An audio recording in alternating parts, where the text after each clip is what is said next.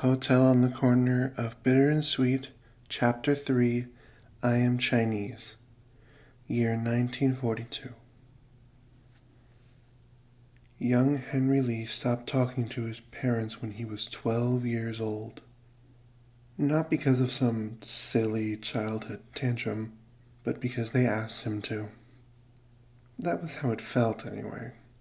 They asked, no, told him to stop speaking their native Chinese. It was 1942, and they were desperate for him to learn English, which only made Henry more confused when his father pinned a button to his school shirt that read, I am Chinese. The contrast seemed absurd. This makes no sense, he thought. My father's pride has finally gotten the better of him. Ming Bok? Henry asked in perfect Cantonese. I don't understand. His father slapped his face. More of a light tap, really, just something to get his attention. No more, only speak you American. The words came out in Chinglish. I don't understand, Henry said in English. Huh? His father asked. If I'm not supposed to speak Chinese, why do I need to wear this button? Huh, you say? His father turned to his mother, who was peeking out from the kitchen. She gave a look of confusion and simply shrugged, going back to her cooking. Sweet water chestnut cake from the smell of it.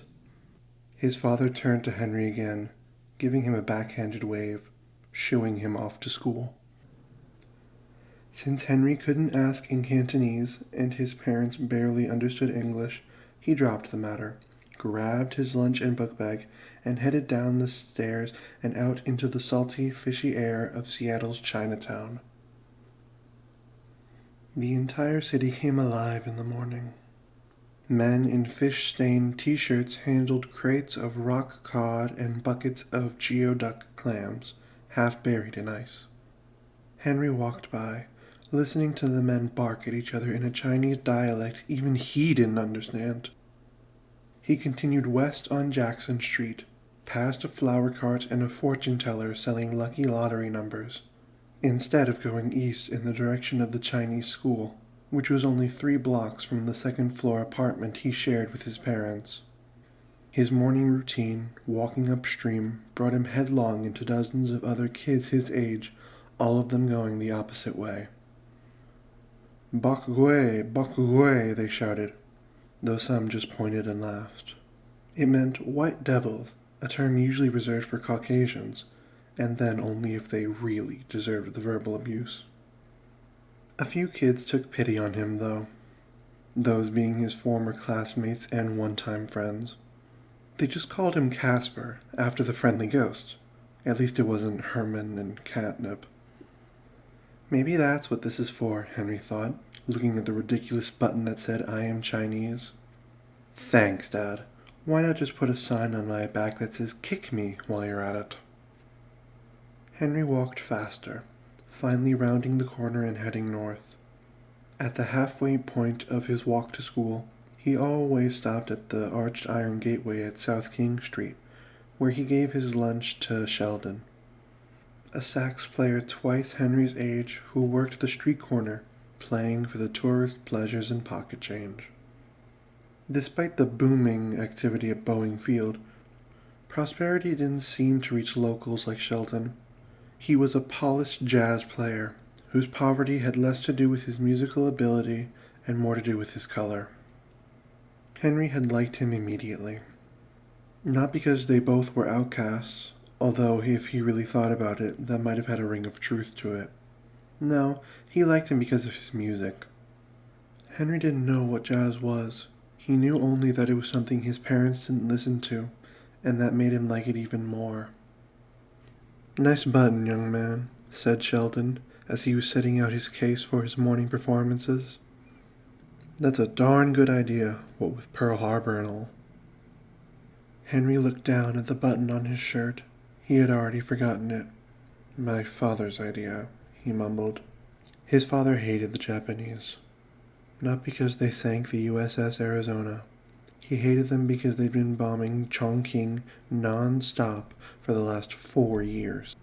Henry's father had never even been there, but he knew that the provisional capital of Chiang Kai-shek had already become the most bombed city in history. Sheldon nodded approvingly and tapped the metal tin hanging from Henry's book bag. "What's for lunch today?" Henry handed over his lunchbox. Same as always. An egg olive sandwich, carrot straws, and an apple pear. At least his mother was kind enough to pack him an American lunch. Sheldon smiled, showing a large gold-capped tooth. "Thank you, sir. You have a nice day now." Ever since Henry's second day at Rainier Elementary, he'd been giving his lunch to Sheldon. It was safer that way. Henry's father had been visibly excited when his son was accepted at the all-white school at the far end of Yesler Way. It was a proud moment for Henry's parents. They wouldn't stop talking about it to friends on the street, in the market, and at the Bing Kong Benevolent Association, where they went to play bingo and mahjong on Saturdays. "They take him scholarshipping," was all he ever heard his parents say in English. But what Henry felt was far from pride. His emotions had gone sprinting past fear to the point of simply struggling for survival. Which was why, after getting beat up by Chaz Preston for his lunch on the first day of school, he'd learned to give it to Sheldon. Plus, he made a tidy profit on the transaction, fishing a nickel from the bottom of Sheldon's case on the way home each day. Henry bought his mother a starfire lily, her favorite flower, once a week with his newfound lunch money, feeling a little guilty for not eating what she lovingly prepared, but always making up for it with a flower. "How you buy flour?" she'd ask in Chinese. "Everything was on sale today, special offer." He'd make up some excuse in English, trying to explain it, and the extra change he always seemed to bring home from his errands to the market, saying it fast, fairly sure she wouldn't catch on. Her look of confusion would coalesce into satisfied acceptance as she'd nod and put the change in her purse. She understood little English, but Henry could see she appreciated his apparent bargaining skills. If only his problems at school were solved so easily. For Henry, scholarshipping had very little to do with academics and everything to do with work. Luckily, he'd learned to work fast. He had to.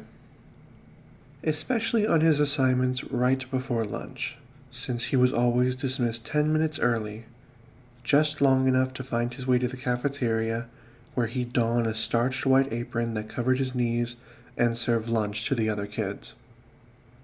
Over the past few months, he'd learned to shut his mouth and ignore the heckling, especially from bullies like Will Whitworth, Carl Parks, and Chaz Preston.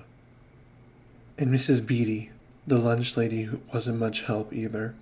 A gassy, hairnet-wearing definition of one of Henry's favorite American words, broad.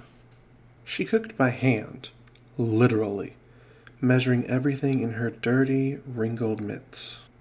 Her thick forearms were evidence that she'd never used an electric mixer.